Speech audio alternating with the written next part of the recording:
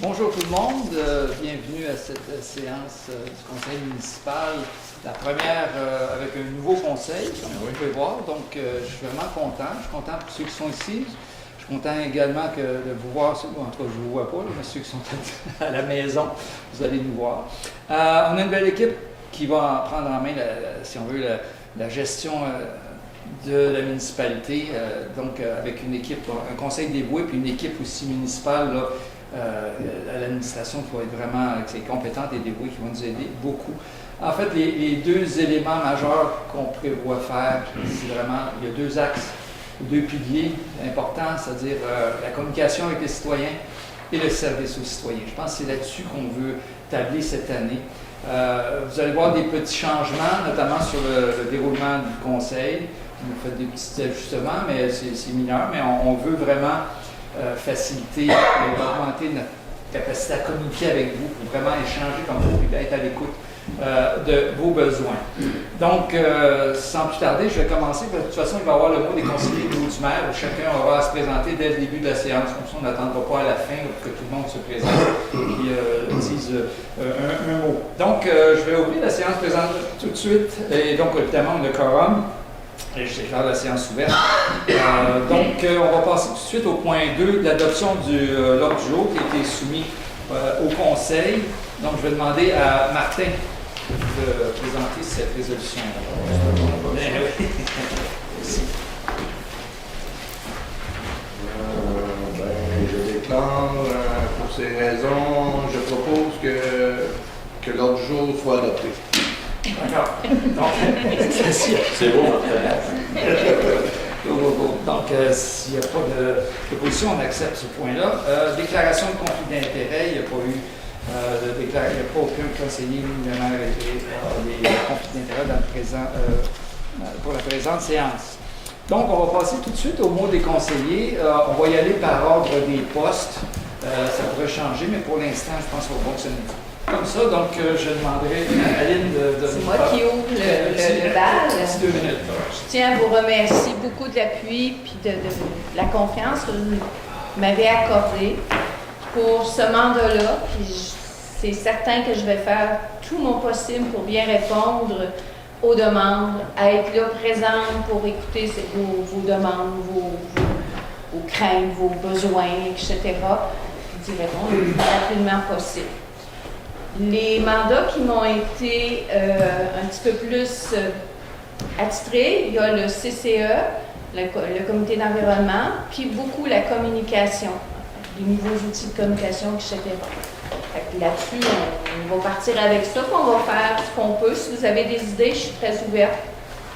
Fait que j'attends vos suggestions. Bien, bonsoir tout le monde. Dans le fond, premièrement, c'est un privilège, un honneur pour moi d'être parmi vous à titre d'élu. Dans le fond, pour ma part, je tiens à m'impliquer davantage sur les dossiers concernant la protection des lacs et cours d'eau, d'être aussi substitut ou en soutien à Aline concernant le comité consultatif sur l'environnement. Je tiens aussi à siéger au sein du conseil d'administration de la Maison des Lucioles. Puis moi aussi, pour ma part, j'aimerais être à l'écoute, je ne veux pas, de toutes vous, des citoyens, d'essayer de venir répondre à vos besoins en mettant en place des projets qui vont intéresser les gens de tous âges, qui vont créer des opportunités de rassemblement, puis d'apprendre à se connaître. Donc, maintenant, je vais céder la parole à Richard. Merci. Richard Berlinguet, je ne répéterai pas ce que mes deux consoeurs ont dit. Merci à tout le monde qui a voté. Donc, déjà, de prendre le temps de voter, puis de lire des programmes électoraux, puis de regarder ce qui vous touche le plus. Je pense que c'est bien, bien important. De mon côté, comme conseiller, on m'a demandé que je m'occupe ou je travaille dans l'équipe du CCU. Donc, j'ai bien hâte de rencontrer tout ce monde-là. Et comme on sait, Sainte-Lucie commence à être connue beaucoup, de plus en plus. Donc, il va y avoir un développement économique, pas en même temps, mais c'est important de regarder aussi le développement social. C'est important, un ne va pas sans l'autre. Et comme pas mal tout le monde ici, on est disponible à communiquer puis ce que vos idées, puis mes conseillers politiques, mais c'est tout le monde dans la salle, puis tout le monde, les citoyens de Sainte-Lucie. Ça va? C'est ça. Hey, merci. Moi, je vous ai préparé de quoi? C'est quasiment une prière. Chers citoyens et citoyennes, je tiens à vous exprimer ma plus sincère gratitude pour la confiance que vous m'avez témoignée en m'élisant pour un second mandat. Je suis particulièrement reconnaissant envers tous ceux qui ont contribué à cette campagne, que ce soit de leur temps, de leur énergie et leurs idées. C'est ensemble que nous allons réussir à construire l'avenir de notre communauté en travaillant sur des projets qui nous sont chers et en répondant aux besoins de chaque habitant. En tant que conseiller au siège numéro 4, je m'engage à servir l'intérêt général avec dévouement et je compte sur votre participation pour faire de notre municipalité un endroit où il faut bon vivre. Merci. Bonjour, moi c'est Luc Deslauriers. Merci tout d'abord à tous les électeurs de Sainte-Lucie qui ont pris le temps de se déplacer il y a environ un mois pour aller voter. On a vu, on a quand même un gros taux de participation à Sainte-Lucie pour une municipalité à presque 50%. Il y a des municipalités qui doivent rougir à côté de la nôtre sur ce point-là. Fait que c'est cool, ça prouve que les citoyens ont à cœur leur municipalité. Puis je pense que tout le monde a dit, notre but premier, c'est de vous écouter. Hein? On est là pour vous représenter et non pour décider chacun et tous de notre côté qu'est-ce qu'on veut faire. Moi, ma grosse expertise, c'est le côté loisir. Mon but premier, c'est de développer ça ici à Sainte-Lucie, puis de trouver un sentiment d'appartenance envers la municipalité. Chaque petite région, chaque petit secteur, Sainte-Lucie, c'est grand. On n'est pas tous dans le village. Des fois, on oublie certains secteurs parce qu'on peut reculer. Il y a des gens qui habitent là aussi, donc mon but, c'est vraiment de resserrer Sainte-Lucie au complet et d'essayer de créer un sentiment d'appartenance envers la municipalité. Merci. Lisa? Ben bonjour, je suis Lisa Courtemanche, résidente de la rue Boileau. Je suis motivée d'apprendre les rouages de la gestion de notre belle municipalité. Bon sang, je suis toute d'accord avec tout ce que les collègues ont dit. Durant le mandat, je serai responsable du comité des sentiers et des parcs. Je serai aussi substitut au conseil d'administration de la régie intermunicipale des Monts. Et pour revenir au comité des sentiers, dont vous êtes déjà partie, je vais donc poursuivre nos projets, faire rayonner le travail du comité et démocratiser nos sentiers municipaux. Je voudrais aussi utiliser nos sentiers pour transmettre des connaissances sur la flore et la faune qui nous entourent durant nos balades dans nos sentiers. Et aussi, une place sera accomplie, je crois, dans le comité. Là, nous en discuterons dans notre prochain comité, puis suivez les détails pour les prochaines élections en 2026. Fait que merci beaucoup, bon conseil tout le monde, voilà. Merci Lisa. OK, donc je vais passer tout de suite au mot du maire. En fait, comme vous avez pu voir, on a une équipe assez équilibrée, je dirais. On a 3 hommes, 3 femmes, on a des gens de tous les secteurs, de tous les âges, de toutes les disciplines. Vraiment, on a vraiment un beau conseil. Et je vous le rappelle, c'est pas le maire qui vote, c'est votre conseil. Ça fait que c'est eux qui prennent des décisions importantes et qui vont avoir à voter pour des résolutions, des changements, des directions, des choses comme ça. C'est un conseil, à part Martin et moi, tout le monde est en apprentissage, si même moi comme maire à la limite. Donc c'est important d'être indulgent pendant les premiers temps. OK, je ne mets pas de date là-dessus. Je pense qu'on va tous faire des erreurs, on va tous apprendre beaucoup. Hein. Il y a des cours de formation pour les élus, il y a plein de choses. Il y en a des cours de formation pour le comité consultatif en urbanisme. Il y a plein de choses là, qui s'en viennent. Donc, l'apprentissage, mais on a des gens motivés, comme vous voyez, il y a beaucoup d'énergie ici. Il y a plusieurs choses. Bon, au niveau politique, ça bouge. Bon, ça fait un mois qu'on est ici, mais déjà, j'étais à pied d'œuvre pour rencontrer le maire Broué, France-Hélène Duranceau. Je rencontre bientôt le maire de Val-David, parce que vous allez voir, l'aspect mutualisation, s'aider entre municipalités, ça va être un élément important. On n'a pas des budgets infinis, on veut essayer de maximiser nos ressources. Fait que C'est juste pour vous dire aussi qu'on parlait beaucoup de communication. On vise à établir des rencontres régulières avec la population, ceux qui m'ont entendu pendant le mois de campagne. Mais je pense que c'est un élément que le monde veut. Après les fêtes, on va établir comme une journée ou un samedi matin par mois où il y a une rencontre avec un maire et un conseiller. Ça va alterner chaque mois pour chaque conseiller, de façon à ce que chaque conseiller qui a des responsabilités soit disponible et qu'on puisse, de façon très générale, libérale ou très, très souple, de pouvoir discuter ensemble d'enjeux de la municipalité. On ne parle pas d'enjeux administratifs. Il y a des choses qui se règlent à l'administration. Il y a des choses pour lesquelles on peut quand même vous écouter sur comment vous voyez la municipalité. Il y aura peut-être d'autres moyens de communication qu'on veut. On sait qu'il y a l'info courriel, mais il y a bien des choses qu'on aimerait que la population s'approprie. Je vous donnerai un exemple, les requêtes. Faire des requêtes quand il y a un problème de voirie, un problème de... C'est très important de faire des requêtes. Si vous n'êtes pas habitué, on va peut-être faire des petites formations, comment remplir ça, parce que ça permet de quantifier de quantifier puis avoir, par exemple, sur les locations Causereau, il y a des plaintes, mais il faut les quantifier. Sinon, on n'a pas de données, on n'a pas rien, on n'a pas de prise sur rien. La même chose pour, on va le voir au niveau de la voirie, les limites de vitesse, on va travailler là-dessus pour essayer d'avoir des données pour pouvoir gérer mieux la circulation dans le village et à l'extérieur.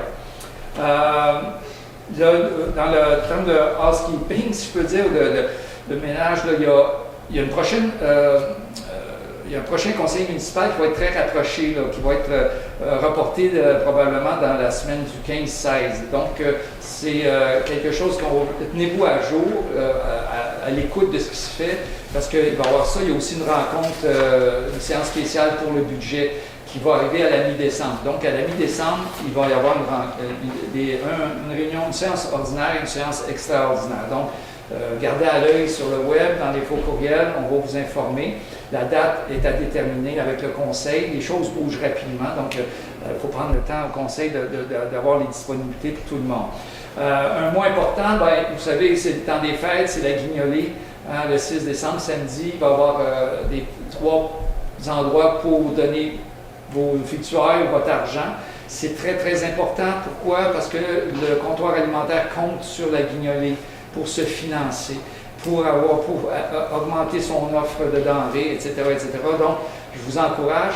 Puis souvent, ça arrive, aujourd'hui, on n'a plus d'argent dans nos poches, on a juste des cartes de débit, mais vous allez avoir un petit papier qui va avec pour des envois Interact. Donc, on va vous donner l'information comment faire vos transferts Interact, parce que je me suis aperçu de ça beaucoup plus, je ne sais pas si c'est les plus jeunes, mais en tout cas, l'argent liquide, c'est moins courant dans vos poches. Donc, mais l'année passée, sur les 5 000 $ qui ont été reçus par la guignolée pour le comptoir, il y en a 1 000 $ qui sont arrivés par Interact. C'est quand même pas rien. Ça veut dire que c'est quand même... Il ne faut pas passer à côté de cette source de financement-là. Donc, je pense au comptoir alimentaire, parce que c'est une période qui est difficile. Donc, j'arrêterai là-dessus. Bienvenue. On commence la séance comme telle. Je commencerai maintenant au point 6, correspondance et affaires courantes. En fait, ça, c'est les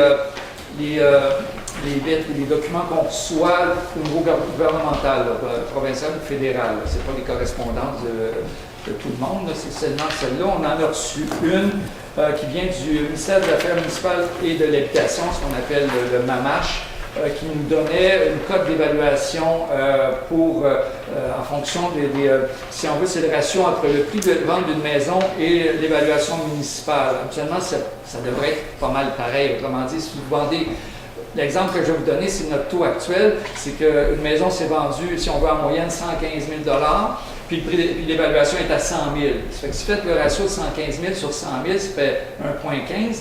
Donc, on n'est pas exactement...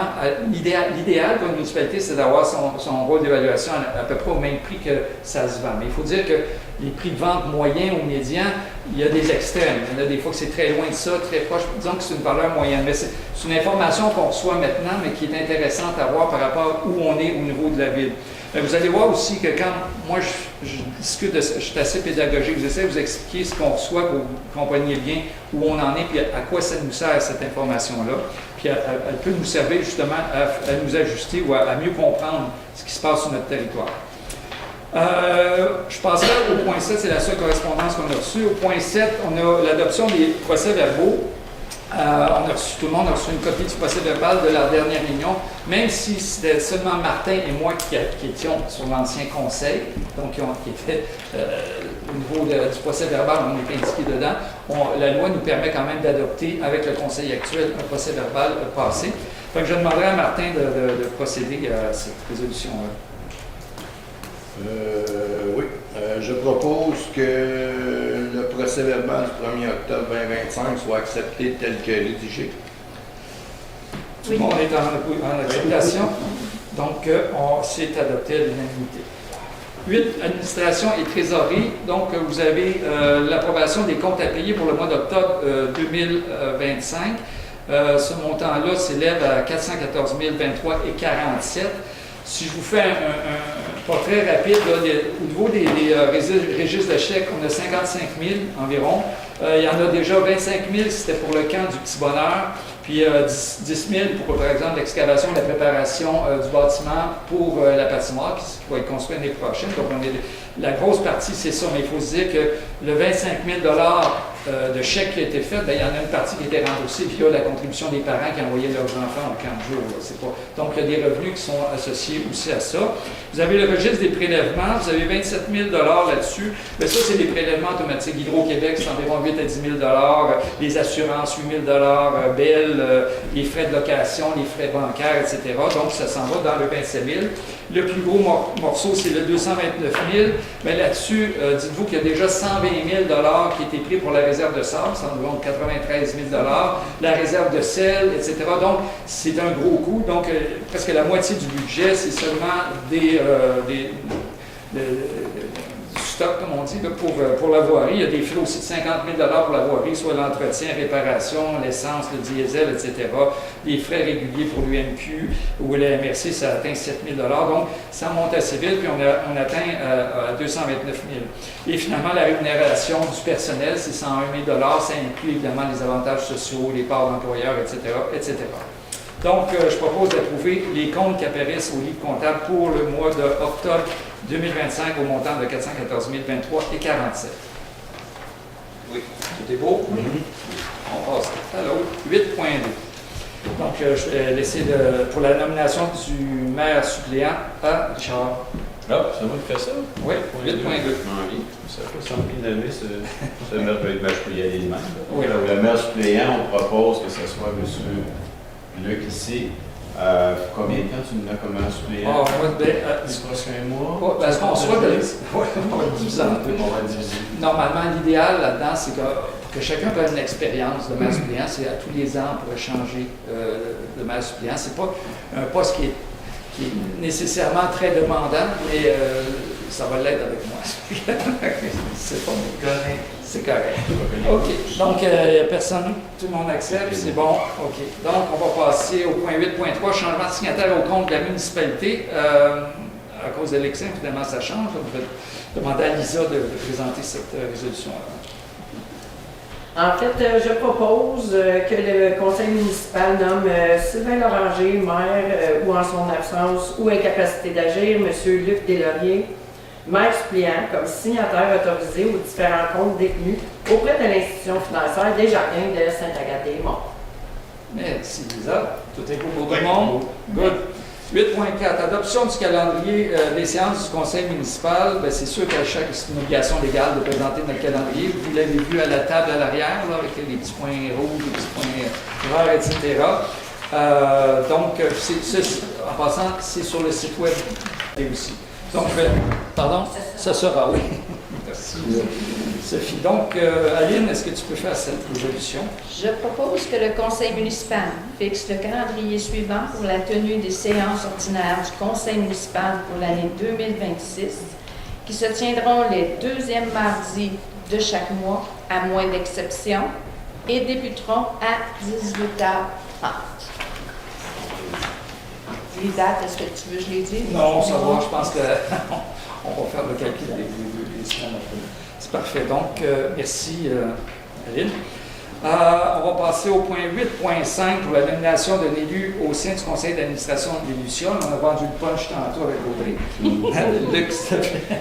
Je propose que le conseil municipal nomme Mme Audrey Paiement à titre de représentante du conseil municipal au conseil d'administration de la maison des Lucioles. Super, merci. Tout le monde est d'accord? Parfait. Donc, point 9, ressources humaines, le congé des fêtes 2025-26, on reste dans les calendriers pour les congés pour le bureau administratif, garage municipal et bibliothèque. Audrey, est-ce que tu peux présenter cette résolution? Oui, donc je propose que le conseil approuve le calendrier de fermeture suivant. Donc, pour ce qui en est des bureaux administratifs, du 19 décembre 2025 à midi au 2 janvier 2026 inclusivement.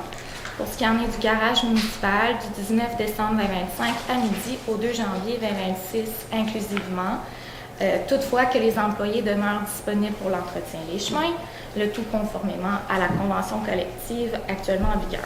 Et pour la bibliothèque, dernièrement, du 24 décembre 2025 au 3 janvier 2026 inclusivement. Merci Audrey. Tout le monde, c'est beau pour tout le monde? Parfait. On passe au point 9.2, autorisation de dépôt d'une demande à MRC d'un programme FRR volet 4 pour études potentielles de mutualisation. En gros, c'est le Fonds Région et Ruralité FRR. Il y a 4 volets. Ça, c'est un des volets pour faire une étude de mutualisation. C'est que tantôt, j'en parlais de renforcer les liens entre les municipalités. Ce serait une étude qui va être demandée pour justement voir au niveau financier, au niveau ressources humaines, qu'est-ce que ça implique. Il n'y a aucune obligation, mais savoir quand même un portrait du potentiel de mutualisation pour les 20 municipalités de la MRC. Je ne les nommerai pas toutes, là, mais il y en a 20. Donc, ce n'est pas seulement les municipalités qui nous entourent, mais ça peut aller jusqu'à Mont-Tremblant, Huberdeau ou la Minerve. Donc, je vais demander à Martin de proposer cette résolution-là. Donc, je propose que le conseil municipal de Sainte-Lucie-des-Laurentides s'engage à participer au projet de démarche de réflexion et de production d'un rapport visant à déterminer quels sont les modèles de gouvernance les plus adaptés au territoire de la MRC de Laurentides pour assurer des services de qualité à la population. Le conseil nomme la MRC de Laurentides comme organisme responsable du projet et autorise le dépôt de projets dans le cadre du volet coopération et gouvernance municipale. Le conseil désigne Mme Sophie Choquette, directrice générale et greffière trésorière, pour signer tout document nécessaire utile aux demandes par l'organisme municipal responsable du projet aux fins de la présente demande de subvention. Merci. Est-ce que ça va pour tout le monde? J'ai peut-être juste une précision. Dans la résolution, on parle que le conseil accepte d'assumer une partie des coûts. Toute cette étude-là va être financée totalement par la MRC. Donc, la municipalité n'assume pas de coût là-dessus. C'est à même les frais, on a quand même une cote-part qu'on paye. Donc, c'est assumé par la MRC. OK, 9.3. Autorisation de dépôt d'une demande de subvention au programme Emploi Été Canada. Comme vous savez, à tous les ans, on engage un étudiant, on essaie du moins d'avoir un étudiant qui, donc c'est une subvention, ça ne paye pas tout le salaire, mais ça nous aide. Chaque sou qu'on va aller chercher de l'extérieur va nous aider. Donc, je demanderai à Aline de présenter cette proposition. Je propose de soumettre une demande de subvention pour l'emploi d'un étudiant au cours de l'été 2026 et d'autoriser le chef de service voirie et infrastructure municipale ou, en cas de son absence ou incapacité d'agir, Mme Sophie Choquette, directrice générale et greffière trésorière, à signer toute documentation à cet effet. Merci, Aline. Est-ce que tout le monde est d'accord avec ça? Oui. Parfait. On passe à la section 10, hygiène du milieu. Nomination d'un représentant auprès de la Régie intermunicipale des Trois-Lacs. Là, je vais faire juste une petite parenthèse avant de te laisser la parole. Oui. J'ai fait une petite recherche. Pourquoi les Trois-Lacs? Vous allez me demander, j'aurais posé une question, un appel à tous, puis qui a la réponse. Bon, bref, c'est qu'à l'origine, en 2011, quand ça a été créé, il y avait 3 lacs, lac Carré, maintenant qui s'appelle Mont-Blanc, lac supérieur et Val-des-Lacs, qui ont formé un premier regroupement. À ça, c'est rajouté aujourd'hui 9 municipalités, incluant la nôtre. C'est 9 municipalités contiguës, Val-Morin, Val-David, Saint-Agathe, c'est pas l'entier. Donc, bref, c'est des municipalités contiguës. Donc, c'est juste un petit rappel sur l'acronyme que j'ai jamais su pourquoi ça s'appelait comme ça. Mais je suis satisfait. Vas-y, Luc. Je propose que le conseil municipal de M. Sylvain Lallanger, maire comme membre du conseil d'administration de la régie intermunicipale des Trois-Lacs et en absence de celui-ci, M. Martin Picard, à titre de substitut. Est-ce que tout le monde est en accord? Merci.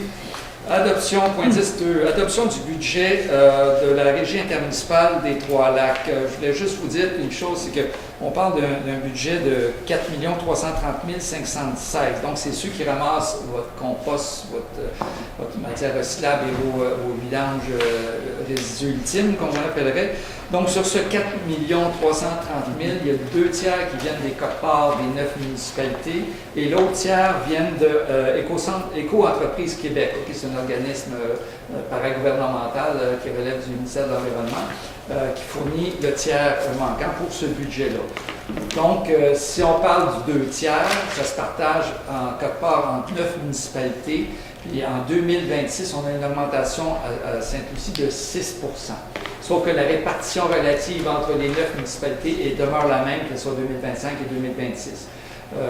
Pourquoi l'augmentation? Moi, je commence sur la RITL. Toute l'information relative à la RITL, que ce soit par rapport, ils ne sont pas venus ramasser, on va arriver, comme je vous dis, on est en train de ça, on va aller chercher l'information, puis on pourra revenir pour vous expliquer comment ça fonctionne, puis avoir une meilleure connaissance de comment ça fonctionne. Sur ces belles paroles, je demande à Richard de poursuivre. Bien, pour poursuivre, en gros, la RTL a fait des prévisions budgétaires.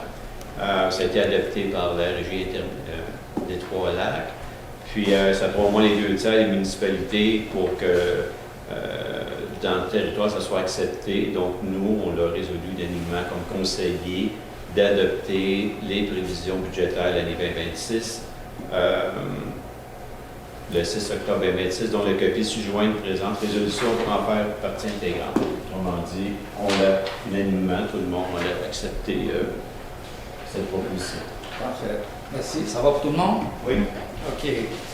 On passe au point 11, travaux publics, municipalisation du lac Amico.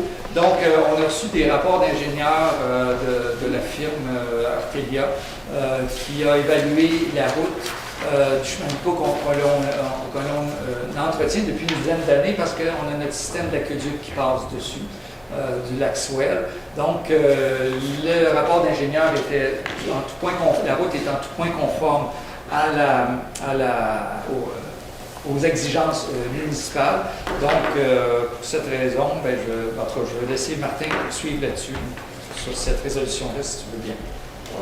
Donc, je propose d'autoriser à la suite de réception des documents suivants, plan tel que construit en 3 copies, un certificat de conformité du professionnel, quittance finale d'un entrepreneur et des sous-traitants, plan de cadastre et de servitude réalisé par un arpenteur géomètre, que le maire et la directrice générale et greffière trésorière soient mandatés à signer l'acte de cession du chemin de lac Amico, dans lequel la compagnie 43 97 754 Canada Inc. et 9906 282 Canada Inc. s'engage à céder libre de toute charge réelle et personnelle l'assiette du chemin du lac Amico tel que demandé aux plans finaux, tel que construit de la firme Artelia daté du 19 septembre 2025.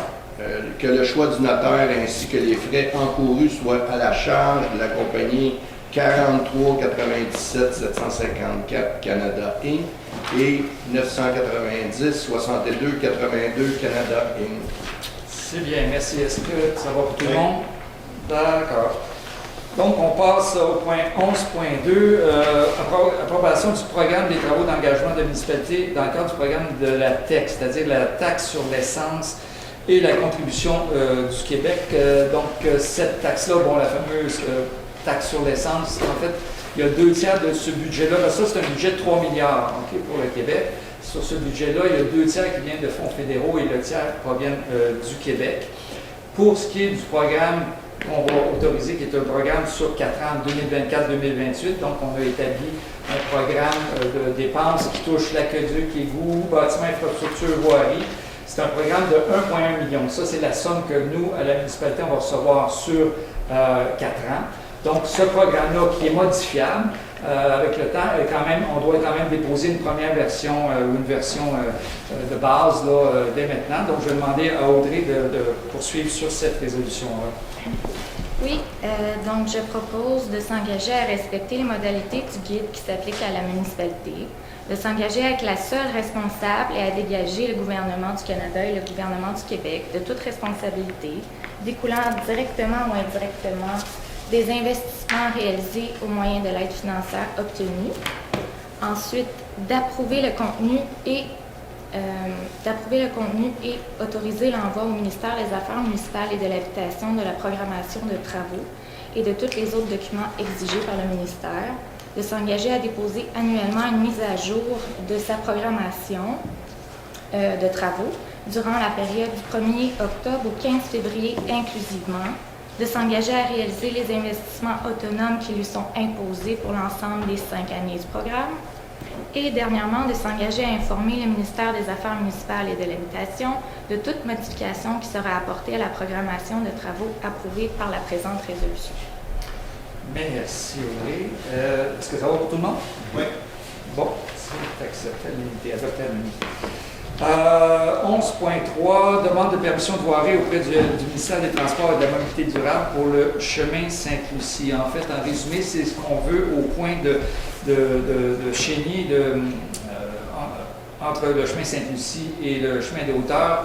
L'endroit où il y a eu des marques cette année, etc. On veut rajouter des bornes centrales pour indiquer la vitesse maximale, des traverses piétonnes très visibles. Des bollards, là, des petits choses en plastique. Là, Donc, pour vraiment délimiter la piste cyclable et la piste piétonne sur le chemin Sainte-Lucie, vous avez pu voir que déjà le radar intelligent a été installé récemment. On va retirer des données statistiques là-dessus. On peut vraiment avoir des données parce que plus vous avez de données, au MTQ, ça nous prend des chiffres.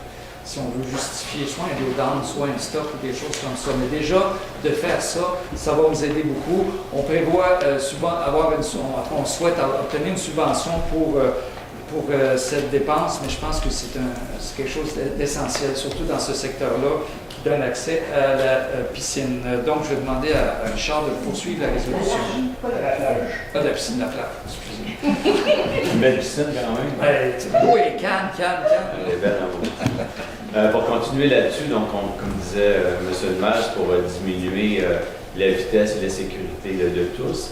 Donc là, la ville est responsable des travaux, la main-d'œuvre, elle s'engage à respecter les clauses de voirie émises par le ministère des Transports, que le conseil municipal autorise Charles-Olivier Bienvenu, chef de service de voirie et infrastructure municipale, ou en son absence ou incapacité, Mme Sophie Choquette, DG et greffière trésorière, à signer et déposer les permissions de voirie pour les travaux énumérés ci-dessus. Merci, Richard. Est-ce que tout le monde est en accord avec ça? Oui. D'accord, c'est adopté. Le point 11.4, acquisition de lot numéro 6692805, situé sur la rue de la Jeunesse. En fait, c'est à l'intersection de la rue de la Jeunesse et J.R. Chénier. C'est dans la courbe. C'est un petit lot qui était nécessaire pour compléter, si on veut, parce que c'était proche de l'assiette de la route. Mais je vais laisser Richard compléter cette résolution. Donc, c'est un petit terrain de 1248 pieds carrés, qui est comme en pointe un petit peu, là. Donc, les propriétaires ont accepté là, de rétrograder ce petit terrain-là à la municipalité. Une négociation qui s'est faite juste et dans le bon prix. Le Sainte-Lucie accueille le lot 692-805 pour la modique somme de 4 400 $, ça donne à peu près 3,52 du pied carré. La ville assume les frais requis en vue du transfert du terrain. Puis, on prend le terrain tel quel et que M. Sylvain Loranger, le maire et Mme Sophie Choquette, DG et greffière trésorière, soient autorisés à signer l'acte d'acquisition au nom de la municipalité Sainte-Lucie de Laurentide. Que la somme soit prélevée à même l'excédent de fonctionnement. Merci, Richard. Est-ce que ça va pour tout le monde? Oui, merci, adopté. À l'unanimité. 11.5, permission de voirie, travaux de moins de 10 000, en fait, sur le chemin Sainte-Lucie. C'est un chemin du MTQ, nous autorise à faire des travaux pour une somme de moins de 10 000 avec certaines conditions. Je vais laisser Martin poursuivre sur cette résolution-là. Ça revient à toutes les années. C'est juste pour ne pas demander à toutes les fois pour les petits travaux de rien, 10 000 Je propose que le conseil municipal de Sainte-Lucie-des-Laurentides demande au ministère de lui accorder les permissions de voirie au cours de l'année 2026 et qu'elle autorise M. Charles-Olivier Bienvenu, chef du service de voirie et infrastructure municipale, ou en son absence ou incapacité d'agir, Mme Sophie Choquette, directrice générale greffière trésorière, a signé les permissions de voirie et les ententes d'entretien pour tous les travaux dont les coûts estimés de mise en état des éléments d'emprise n'excèdent pas 10 000 puisque la municipalité s'engage à respecter les clauses de la permission de la voirie et des ententes d'entretien conclues. De plus, la municipalité s'engage à demander la permission requise chaque fois qu'elle sera nécessaire. Merci Martin. Est-ce que ça va pour tout le monde? Oui. Oui, super. Adopté l'unanimité. Point 12, Aqueduc Causé, il n'y a pas de spécial rien pour cette semaine, ni loisirs et culture et vie communautaire. Ah oui, excusez, 13.1. Approbation de la tarification 2026 du réseau Biblio des Laurentides. Moi, je ne connaissais pas Réseau Biblio, j'avoue. J'ai regardé ce que ça fait. En fait, eux, il offrent un soutien informatique à la bibliothèque, ils offrent des collections de livres numériques et des collections imprimées. Les prêts interbibliothèques, ça passe par eux. Ils offrent un soutien professionnel et technique, comme je viens de dire. Donc, c'est vraiment un outil essentiel à la bibliothèque. Et je vous ferai remarquer que c'est une des bibliothèques les mieux reconnues des Laurentides, qui a vraiment une fréquentation qui est vraiment très grande. Donc, je pense qu'il faut être fier de ce que Lorraine fait et de son équipe par rapport à la bibliothèque. Donc, je demanderai à Aline de poursuivre sur cette résolution. Je propose que le conseil municipal approuve la tarification 2026 de Réseau Biblio des Laurentides au taux de 5,15 $ par citoyen. On est 1602 pour un total de 8 250 $ et 3 sous, plus les taxes applicables pour l'ensemble des services offerts. Que la dépense soit applicable au poste budgétaire 02 70 230 445. Merci, Aline. Ça va pour tout le monde? Oui. Oui, parfait. On passe à la prochaine section 14. Urbanisme, développement du territoire et environnement. Donc, on a parlé tantôt là, des conseillers, on parlait des comités sur lesquels ils vont siéger. Juste pour vous rappeler les acronymes, CCU, c'est le Comité consultatif en urbanisme, qui est un comité obligatoire par la loi. Comité consultatif en environnement, CCE, Comité consultatif des lacs et cours d'eau, CCLCE, et Comité consultatif des sentiers, CCDS. Donc, je vais demander à Martin de procéder aux nominations. Considérant l'élection générale de novembre 2025, je propose que le conseil municipal nomme les élus suivants au sein du comité consultatif. Le comité consultatif d'urbanisme, M. Richard Berlinguette et M. Deslauriers comme substitut. Le comité consultatif en environnement, Mme Aline Ménard et Mme Audrey Paiement comme substitut. Comité consultatif des lacs et cours d'eau, Mme Audrey Paiement et Mme Ménard comme substitut. Et comité consultatif des sentiers, Mme Lisa Courtemanche et M. Luc Deslauriers comme substitut. Super. Merci beaucoup, Martin. Est-ce que tout le monde est en accord avec ça? Oui, parfait. On va passer à 14.2. Les deux prochains points, ce sont des dérogations mineures qui ont passé au CCU en octobre dernier. Je vais laisser Richard en parler. Je vais juste vous résumer rapidement. Le premier cas, c'est une demande de dérogation car les marges latérales autorisées sur une habitation, c'est 3 mètres et les marges latérales étaient inférieures à 3 mètres. Donc, grosso modo, c'est le but de la demande. Je vais laisser Richard, juste avant qu'on arrive avec... s'il y a des personnes qui veulent intervenir sur cette dérogation mineure, ça serait le temps de parler ou de vous manifester. Ça ne coupe pas. OK. Donc, je vais vous laisser Richard poursuivre. On va faire un petit résumé parce que là, c'est long. En gros, la personne est arrivée au CCU avec les documents qui étaient importants, donc c'est-à-dire un plan de projet d'implantation approuvé par un arpenteur, après ça un certificat de localisation approuvé par un autre professionnel, le formulaire de demande de dérogation mineure qui a été mis à jour le 6 novembre et une lettre explicative déposée par le requérant. Donc, les gens du CCU ont étudié, ils ont vérifié si les conditions étaient correctes, si la dérogation était respectée selon le Code 558-15, que la demande était conforme au plan d'urbanisme, que ça ne dérangeait pas personne, ça ne dérangeait pas les voisins, qu'il n'y avait aucun risque en matière de sécurité publique, qu'en plus, que ça n'affectait pas la qualité de l'environnement ni le bien-être général. Donc, le CCU, considérant que personne n'était contre ce petit changement-là, qui est à peu près de 6 pieds d'un côté puis 6 pieds de l'autre côté, c'est pas grand-chose, mais que je propose de l'adopter. Parfait. Est-ce que ça va pour tout le monde? Oui. Oui.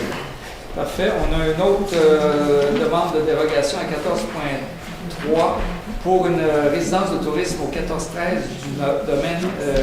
Oui. C'est une demande d'usage conditionnel. Ah, c'est une demande L'usage, oui. C'est quoi, je dis? Dérogation. Ah non, excusez. D'usage conditionnel. Effectivement. Donc, c'est le règlement qu'on a adopté au dernier conseil qui était à propos de ce type de demande-là. Donc, cette demande-là d'usage conditionnel a été présentée au CCU et ça visait un terrain qui respectait tous les éléments de ce règlement-là. Je vais demander à Luc peut-être de compléter cette résolution-là ici. Je propose que le conseil municipal accepte la demande d'usage conditionnel 2530 et par conséquent la demande de certificat 2025-291 en ajoutant que l'usage d'hébergement touristique devra être exploité sous réserve des normes d'exploitation prévues à la demande de zonage 553-15 actuellement en vigueur. Super. Merci Luc. Est-ce que ça va pour tout le monde? Oui, on passe au point 14.4, avis de motion pour le dépôt d'un projet de règlement remplaçant le règlement 57-15 constituant le comité consultatif en urbanisme. En fait, brièvement, les deux prochains avis de motion qu'Audrey va nous présenter, c'est qu'on a fait des modifications mineures au règlement qui visent à ce que l'élu devienne président du comité, soit de l'urbanisme ou le comité consultatif en CCU ou soit du CCE. C'est la même chose. Déjà, dans le CCLCE, c'était la même chose. Au CCDS, je crois que c'est aussi l'élu. Donc, c'est pour assurer une certaine forme d'homogénéité ou de cohérence entre les règlements. Donc, je vais laisser Audrey pour présenter les avis de motion 14.4 pour commencer. OK. Merci. Donc, par la présente, je donne avis de motion qu'il sera adopté à une séance subséquente le règlement numéro 658-25 et par la présente, le projet de règlement numéro 658-25 est déposé. Parfait. Merci. Juste, oui. Merci. Ça va pour tout le monde? Oui. Juste pour préciser, un avis de motion, si vous vous souvenez, le processus, donc un avis de motion, après il va y avoir une présentation d'un premier projet de règlement et un deuxième projet de règlement. Donc, Pas dans des cas comme ça. Juste un? Ça, c'est un règlement administratif. Administratif, OK. Donc, ça va passer directement L'adoption à la prochaine séance. Merci. Ça s'appelle de l'apprentissage. OK. Donc, 14.5. Un autre avis de motion dont j'ai parlé, tu peux continuer là-dessus, Audrey? Oui, exactement. Donc là, il s'agit d'un avis de motion, mais cette fois-ci concernant le comité consultatif en environnement. Donc, encore une fois, par la présente, je donne avis de motion qu'il sera adopté à une séance subséquente le règlement numéro 659-25, remplaçant le règlement 604-20, constituant le comité consultatif en environnement. Et par la présente, le projet de règlement est déposé. Super, merci. Ça va pour tout le monde? Oui. Oui. Donc, on passe à la section 15, sécurité civile et incendie. Donc, la nomination des représentants à la régie intermunicipale des Monts. Donc, c'est pour... donc, tu peux procéder. Aline, si tu peux poursuivre là-dessus. Oui, je propose que le conseil municipal nomme M. Sylvain Oranger, maire, comme membre du conseil d'administration de la Régie des incendies des monts et en cas d'absence de celui-ci, M. Richard Belinguette, à titre de substitut. Merci Aline. Est-ce que ça va pour tout le monde? Oui. Donc, écoutez, on est déjà rendu à la période de questions. Ça va me faire plaisir si vous pouvez vous présenter au lutrin et vous nommer et poser votre question. Ça nous fera plaisir, surtout avec un nouveau conseil. Je suis sûr que vous avez plein de questions à nous poser. Adressez-moi les questions en premier, puis si ça s'adresse à un conseiller, je vais lui demander de répondre si besoin est. Je vais briser la glace. Merci. Faites plus 2 dehors, Monique. Pardon? Faites plus 2 dehors, Monique. Bon, il faut que je me nomme, Monique Allard. D'abord, je sais que c'est une période de questions, mais je vais prendre 2 secondes pour remercier tout le monde de votre engagement. C'est vraiment une belle équipe et puis je vous souhaite d'aimer ça autant que j'ai aimé ça pendant 4 ans. Alors, j'ai une question concernant les abrasifs. C'est déjà commencé très tôt cette année. C'est peut-être plus une question pour Sophie, mais en tout cas, est-ce que c'est le mélange qu'on étend, c'est toujours 3% de sel? Ça a été augmenté. Le pourcentage de sel a été augmenté, c'était le même qu'avec la Ah, chocolat ok. et le bleu. Donc, c'est ma perception qui est biaisée, parce que je trouvais que ça avait l'air d'être plus de snatch. C'est plus doux. Mais est-ce que c'est possible qu'il y ait certains secteurs qui n'ont pas de sel, comme les écoroutes, qui n'ont pas de sel du tout? Ils tentent de limiter l'épandage de sel, évidemment, fait qu'ils font une deuxième run, comme on dit, avec Plus essentiel. OK. Parce que vous connaissez mon dada pour la préservation des lacs. L'écoroute du 6e rang est vraiment malmenée cette année. L'affiche est tombée. Une des 2 affiches est tombée, l'autre est complètement croche. Et on me dit qu'elle n'est plus tellement respectée en tant qu'écoroute. Je ne passe pas souvent là, mais c'est ce qu'on m'a rapporté. Et ça fait plus d'1 mois que l'affiche écoroute est tombée, donc je ne sais pas si le personnel de la voirie le voit. j'ai noté, je vais vérifier Ouais. là-dessus. Alors, c'était tout. Merci beaucoup. C'est possible.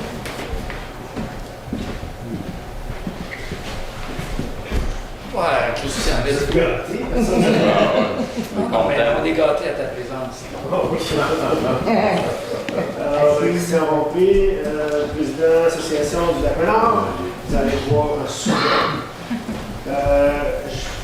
D'abord, félicitations à tout le monde d'avoir été élu. Juste un petit rappel pour vous dire que le Lac-Ménard, c'est dans le village. Ça fait partie du noyau villageois. Ça représente environ 170 maisons. On a peut-être 300 villages ou 350. Fait qu'on représente 40% du noyau villageois. Même si le noyau villageois est considéré comme chemin des hauteurs, puis chemin Sainte-Lucie jusqu'à whatever, chez nous, mais c'est pas très très grand, mais enfin. Ça pour vous dire qu'il faut porter une grande attention, autant au niveau des budgets, autant au niveau de nos demandes. Il ne faut pas oublier que ici, il y a des gens qu'on n'a jamais vus en séance du conseil, qu'on n'a jamais vus dans des événements qu'on n'a jamais vus, vous êtes tout nouveau. N'oubliez pas qu'on n'est pas ici pour vous taper sur la tête, on est ici pour vous rapporter des faits ou des demandes qu'on a de nos membres autour du lac. Christian, avais-tu une question particulière? Oui, OK. Alors, la question c'était, en passant, est-ce qu'il y a parce que je sais que les budgets s'en viennent, est-ce qu'il va y avoir un volet budgétaire consacré pour le Lac-Ménard et pour les lacs? Parce qu'on se rappelle qu'à l'époque, on avait 30 000 où on pouvait présenter certains projets, puis le comité devait choisir des projets. Je vous rappelle, qu'on avait fait une demande pour des cages à castors pour protéger des ponceaux. Ça n'a toujours pas été fait. Il y a une grille. Il y a à peu près 18 pouces de cochonnerie. Le Lac-Ménard est monté de façon assez élevée pour l'automne. Alors, cette cage-là a réglé le problème. C'est toujours pas réglé après 2 ans et demi de beaucoup de demandes. Ça, c'était la première question. Ouais. On peut lui répondre tout de suite à celle-là. C'est sûr que là, on est en travail budgétaire. OK? Ça passait par le CCLC, donc le comité des lacs. Là, on est en train de regarder les budgets, là, donc on ne peut pas encore. Mais d'ici la mi-décembre, c'est certain qu'on va afficher les couleurs. Pour ce qui est des cages, on avait discuté avec l'administration où est-ce que ça en était, parce que ça fait partie des choses qui. Mais ce que moi j'avais su, c'est que je pensais qu'il n'y en avait pas une. Je pensais qu'il y en avait une d'installer, moi. C'est pas une cage, c'est une grille. C'est une grille, c'est pas une cage. C'est toute la cochonnerie. Donc, on va revenir, laissez-nous le temps. Mais ça, c'est une des choses c'est une des questions que j'ai posées dès la semaine passée, là, parce que c'est des choses que moi aussi. Ben là, on va aller. La question du niveau d'eau, il faudrait voir. Là, absolument, si l'eau rentre moins, mais ça peut être un enjeu important pour les inondations si c'est pas réglé. Ça fait que je pense au niveau de ça, on prend note puis on va agir rapidement là-dessus. Maintenant, vous aviez parlé peut-être d'un comité citoyen. Est-ce que c'est toujours sur votre planche à dessin? Pour quel domaine, quel comité Pour tous citoyen? les domaines. Vous aviez dit que idéalement, vous aimeriez avoir un comité citoyen pour avoir le pouls le plus précis possible de la population. OK. Donc, non, ça, c'est comité citoyen. Je ne me souviens pas de comité citoyen comme tel. Je suis certain dans ce qu'on a dit, pour ma part, je ne peux pas juger des 6 conseillers qu'il y a ici. Là. Mais je l'ai dit tantôt, c'est un des volets majeurs, c'est communication. Et le deuxième, c'est service aux citoyens. Donc, communication, on va trouver les meilleurs outils qui sont aussi à notre portée, parce qu'à un moment donné, on peut faire on peut ouvrir des canaux de communication, mais il faut voir si on peut avoir, par exemple, j'avais pensé qu'on puisse assister à des caucus, mais c'est pas possible, c'est pas permis d'avoir des. Donc, mais il y a d'autres façons, comme j'ai dit, de se rencontrer minimalement une fois par mois. J'avais dit que moi, je vais être ici 3 jours semaine, au moins 3 avant-midi. Donc, c'est sûr que je suis un premier canal. Les conseillers, ils vont être aussi amenés à écouter, mais est-ce que ça prend un comité comme tel? Je pense qu'on est tous ouverts à regarder la meilleure formule pour pouvoir échanger avec les citoyens. C'est ça que je peux dire pour l'instant. Parfait. Merci beaucoup. Merci. Je vous ai épargné. J'adore ça. Suzanne Leroux, Lac Ménard, je ne sais pas si je vais vous épargner. Ouais, je sais. Parce que mon sujet, c'est celui de l'hébergement touristique court terme. Oui. Ça soulève souvent quand même de questions. Alors, aussi, merci pour votre engagement à chacun. Alors, l'hébergement à court terme, vu que vous allez travailler le budget, je me demandais, voilà ma question, si vous allez prévoir un budget pour ce qui est de la surveillance des propriétaires qui mettent en hébergement à court terme leur propriété. On a un beau règlement qui nous permet d'évaluer selon un ensemble de critères si on accepte ou non cet hébergement touristique-là, court terme, mais il n'y a rien en fait pour assurer une surveillance que ce règlement-là soit respecté. De même, c'est vraiment pas tous les propriétaires qui passent par la demande officielle. Il y a beaucoup d'hébergements touristiques court terme à Sainte-Lucie et je suis loin d'être contre l'hébergement touristique court terme. On parlait de développement économique. Je trouve que c'est nécessaire, l'hébergement touristique court terme. Le développement de Sainte-Lucie, c'est fait par le tourisme. Moi, ma famille, ma belle famille, moi-même, avons été longtemps touristes et c'est nécessaire pour le développement économique. Maintenant, en donnant par exemple, en prévoyant dans le budget par exemple, à la firme Gardia, le travail de surveiller là où ça se passe justement pas bien. Je l'arrête, c'est juste parce que en termes de j'ai compris votre question, mais les moyens, on va regarder, mais je pense que je veux répondre à votre question en premier, qui était à savoir qu'est-ce que vous faites en termes de surveillance dans le budget, si vous allez mettre Oui, les éléments de si vous surveillance. prévoyez dans le budget. Bon, la première étape, c'est de dire que déjà, il y a eu un travail qui a été fait avec le règlement d'usage conditionnel pour régler les personnes qui officiellement déclarent quelque chose, qui vont avoir un permis de la CITQ pour opérer. C'est ça. Et il y a puis il y a de la délinquance. Il y a de la délinquance, il y a des gens qui ne sont pas de la CTQ, qui louent. Ça, c'est une autre chose. Puis au niveau de l'administration, on est en train de regarder ça déjà pour identifier. Identifier, c'est la première étape avant de surveiller, parce qu'il faut identifier. Puis on verra quels moyens on fait pour agir. Je vais vous demander de quelle manière vous pensez identifier avec les ressources des employés municipaux, c'est peut-être il y a des choses qui se font déjà.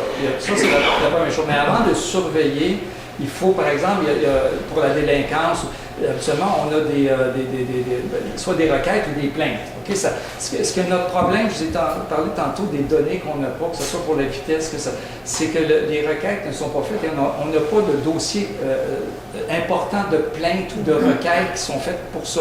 Parce que quand vous parlez de respecter, surveiller une habitation, c'est au niveau du règlement des nuisances. En général, c'est par rapport à ça. Mais moi, ce à quoi je pensais, monsieur Loranger, c'est que je regarde dans plusieurs municipalités, on donne un contrat à la firme Gardia, qui, ça peut être de façon aléatoire ou ça peut être là où on lui dit d'aller. Ça, sur les moyens, on n'aura pas. Une surveillance. Je vous arrête, excusez-moi. Il y a même des amendes. Oui, mais tout ça, des je pense que on est trop loin encore par rapport à l'usage d'un système de surveillance. Premièrement, on ne sait pas, tu sais, quand on dit la municipalité ne reçoit pas de plainte, la SQ en reçoit très peu, c'est souvent les mêmes personnes.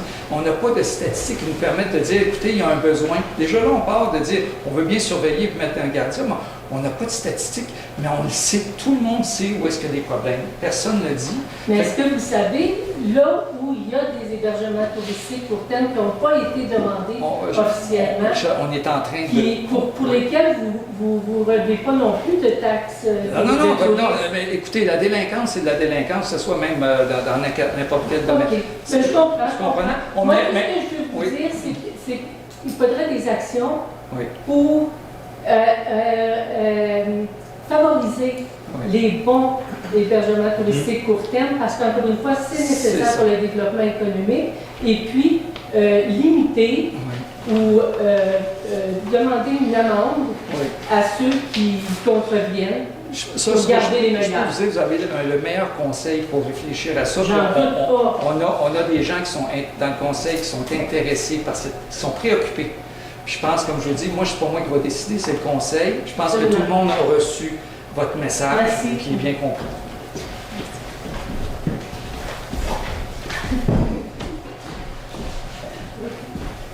Bonjour, je m'appelle Josée Nadia Drouin.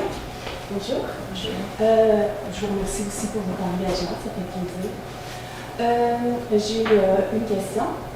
Je me demande, est-ce que vous allez donner suite à la consultation citoyenne qui a eu lieu au mois de mars dernier? On avait eu un petit résumé, mais c'était le fun de voir tous les citoyens. On était près d'une centaine à s'être déplacés ici pour discuter de l'avenir de l'Église, l'avenir de l'Oasis, du terrain vague. On il y en avait quelques-uns, puis je trouvais ça le fun de faire cette consultation-là. Puis ça va aussi dans le sens que vous avez mentionné, que vous vouliez consulter davantage les citoyens. Mais là, c'est ça, c'est depuis le mois de mars, fait qu'il n'y a pas eu beaucoup de retours. Puis je comprends, il y avait la campagne électorale aussi éventuellement. Bien, écoute, moi, je peux pas parler pour le conseil tant qu'on n'a pas vraiment discuté. C'est un document que tous les membres du conseil savent que soit qu'ils ont participé, soit qu'ils l'ont vu, soit qu'ils vont le revoir, qu'ils vont l'analyser en termes de priorisation de ce qui était dit. Ça va être un des éléments qui va faire partie de notre table à dessin, si on peut dire. Donc, on ne peut pas... C'était fait. Je pense qu'il faut utiliser tout ce qui est les bonnes idées là-dedans. On va les accoler à des budgets et à des échéanciers. Puis je pense que le conseil est intéressé parce qu'il va y avoir des belles surprises au budget. Fait que je pense que vous allez voir qu'à un moment donné, on travaille dans ce sens-là. OK. Bien, ça me fait penser, le budget, vous allez le présenter, j'imagine, sous peu. À mi-décembre. OK. Puis j'imagine que vous allez nous donner un plan aussi à quoi ça correspond, là, souvent, là, qu'il y aurait quelque chose de revalorisation, de revitalisation, là, j'imagine que ça va apparaître. Oui, souvent, soit dans le budget de l'année, soit dans le PTI, ce qu'on appelle le plan triennal d'immobilisation, où on évalue un projet puis on étale sur 3 ans en général.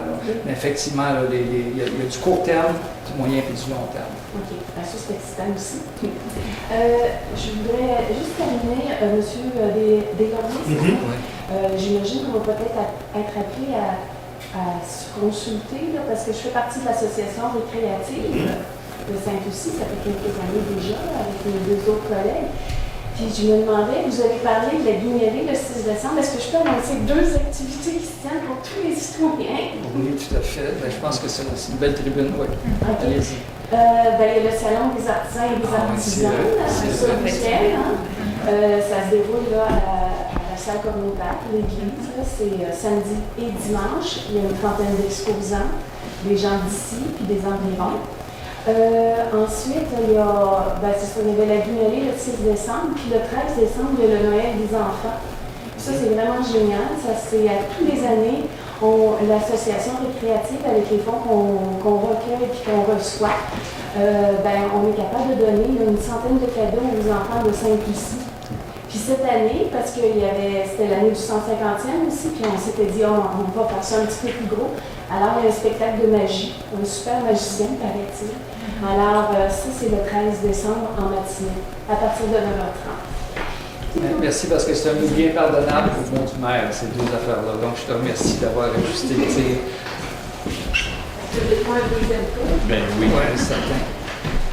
C'est une question pour Sophie. Il y avait une ressource au département, en partie pour répondre à Suzanne, à la question de ça. Il y avait une ressource en urbanisme qui se consacrait justement à faire des recherches sur Internet pour trouver les résidences de touristes délinquantes, entre guillemets. Est-ce que cette ressource-là fait toujours ce travail-là? Elle en a fait déjà une très, très grande partie. Mais pour le bénéfice de tous, je voudrais préciser que monter un dossier pour une location illégale, c'est très complexe et très, très coûteux. Et ça prend des ressources d'un mandat d'enquête privé pour par la suite déposer un recours. C'est pas simple, c'est pas juste de trouver. On en a identifié vraiment beaucoup, dans lesquels déjà il y en a qui se sont conformés en demandant leur permis. Mais c'est un lourd travail qui va être en continu tout le temps.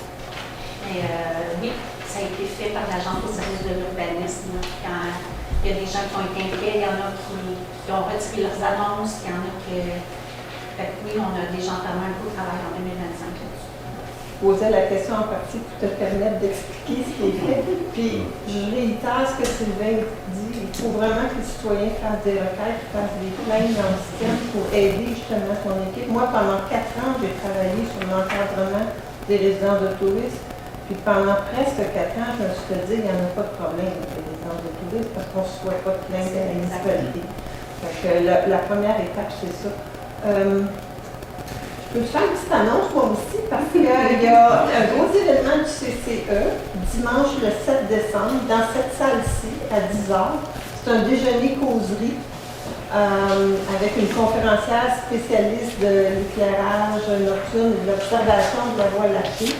Alors, il y aura croissant, café, chocolatine, et puis c'est un événement un peu festif aussi. C'est pas juste une conférence éducative, là, c'est vraiment un événement dans le temps des fêtes. Je trouve que c'est le fun de se pencher sur l'observation de la Voie lactée. Alors, j'invite tout le monde à être présent dimanche le 7 décembre, ici même. Ça commence à 10h, de 10h à midi. Merci, Monique. Un autre oubli. Toi, je te corrige.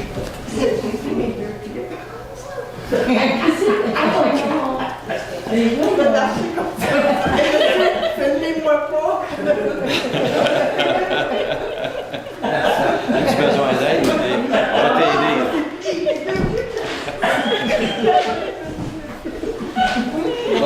Félicitations tout le monde pour votre élection. Sylvie Gérardeau, secrétaire de l'association de la sauvegarde du Lac-Ménard. J'ai une question. Cet automne, c'est-à-dire avant les élections, on avait demandé pour revoir au niveau des locations à court terme pour la section urbaine 03. Puis là, on nous avait dit d'attendre que vous étiez pour revoir toutes les sections.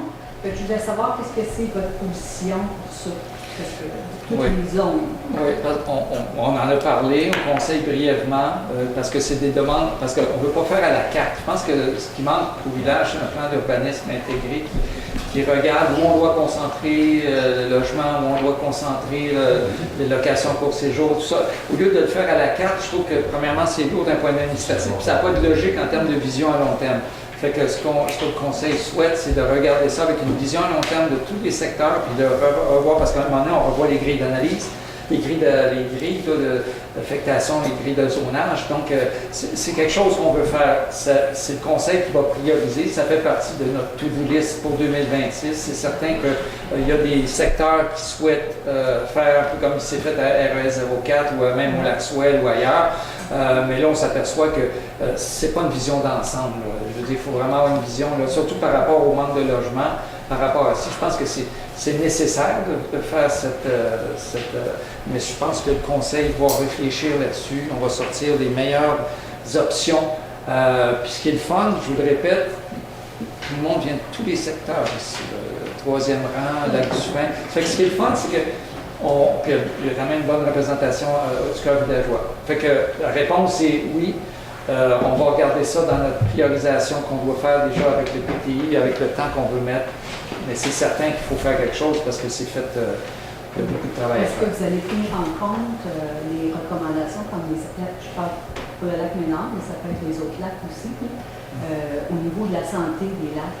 Parce que plus on met de monde avec des hébergements, moi je n'ai rien contre l'hébergement si vous le mettez qu'il n'y a pas d'impact pour le lac. Mais par exemple, la grosse maison, la dernière qui a été votée non, c'est direct. Tout ce qui tombe direct dans le lac. Sur le lac du Frein, ça? Non, sur le chemin de Saint-Lucie, la dernière, tout ce qu'il faut penser, c'est tellement abrupt. Je sais que je reste sur le chemin de Sainte-Lucie et ma côte, tu sais, Sylvain, qui est venu chez nous, ma côte est comme ça.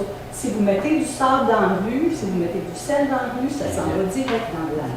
C'est direct, la côte, c'est ça. Alors, il faut penser à la santé du lac Ménard. Pour moi, le lac Ménard, c'est le joyau de Sainte-Lucie. Ça n'enlève rien aux autres lacs. Pas du tout, là. C'est que c'est le centre du village. Si on perd le lac Ménard, on perd la valeur de nos maisons, on perd tout. C'est important. Si vous avez besoin d'informations, nous, l'association, on est là pour vous aider à prendre vos décisions. Mais c'est important que vous considériez ça pour pas qu'on perde le lac, parce que là, le lac n'est pas dans un bon état. Le lac est en train de mourir. Puis si on ne fait rien, ça va continuer de se dégrader. Il faut le stabiliser. On ne pourra jamais l'améliorer, mais il faut le stabiliser. Mais regardez,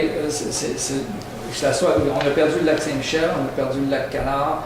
Il y a eu de la dévaluation, il y a des gens qui ont demandé à cause de plein de choses. C'est triste, puis je pense qu'il faut arrêter. Parce que le lac Ménard, comme vous savez, il y a aussi notre réseau d'égouts qui part juste en bas.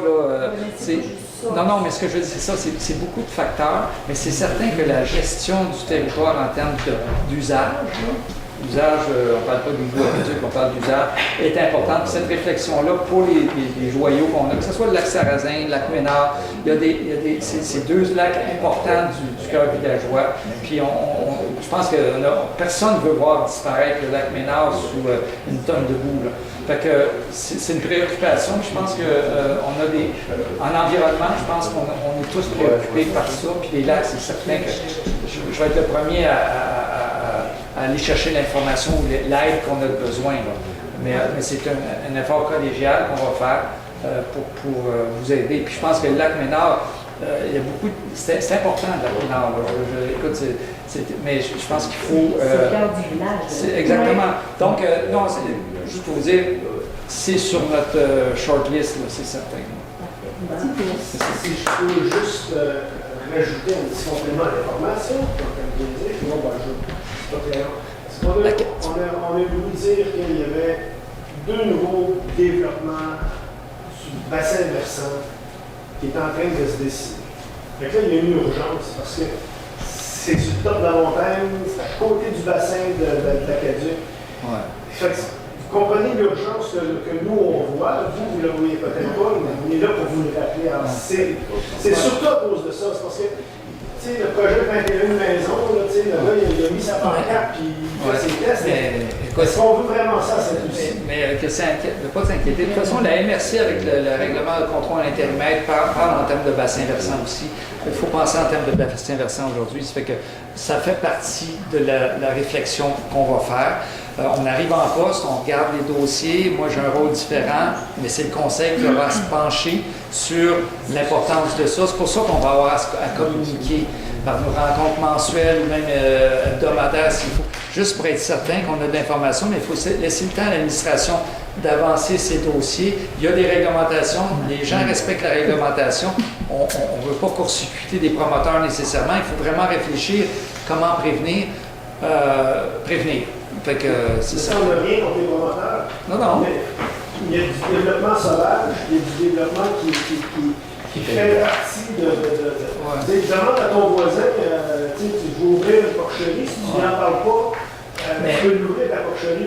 Mais Christian, je peux te dire une chose, c'est un conseil qui va être à l'écoute. Moi, on ne fait pas longtemps qu'on est ensemble, mais je pense que c'est des choses importantes que le conseil a écoutées aujourd'hui, à réfléchir. C'est pour ça que quand on a des rencontres, mettons, en semaine ou au mois, où on entend des choses, bien, ça change nos positions, ça change la position du conseil et les priorités du conseil. Okay? Donc ça, on arrive en poche, je pense que tout le monde veut faire son mieux.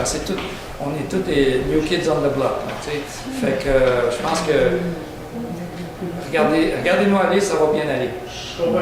Je veux juste vous dire qu'il y a une urgence. On est attentif. de développement. C'est bien. Est-ce qu'il y a d'autres questions? Est-ce que d'autres interventions? S'il n'y a pas d'autres interventions, je clôt la période de questions. C'est la clôture de la levée de la séance. Là, c'est le fun. J'avais besoin d'une proposition. Tu la feras, Lisa. Je propose la levée de la séance à 19h40. Merci.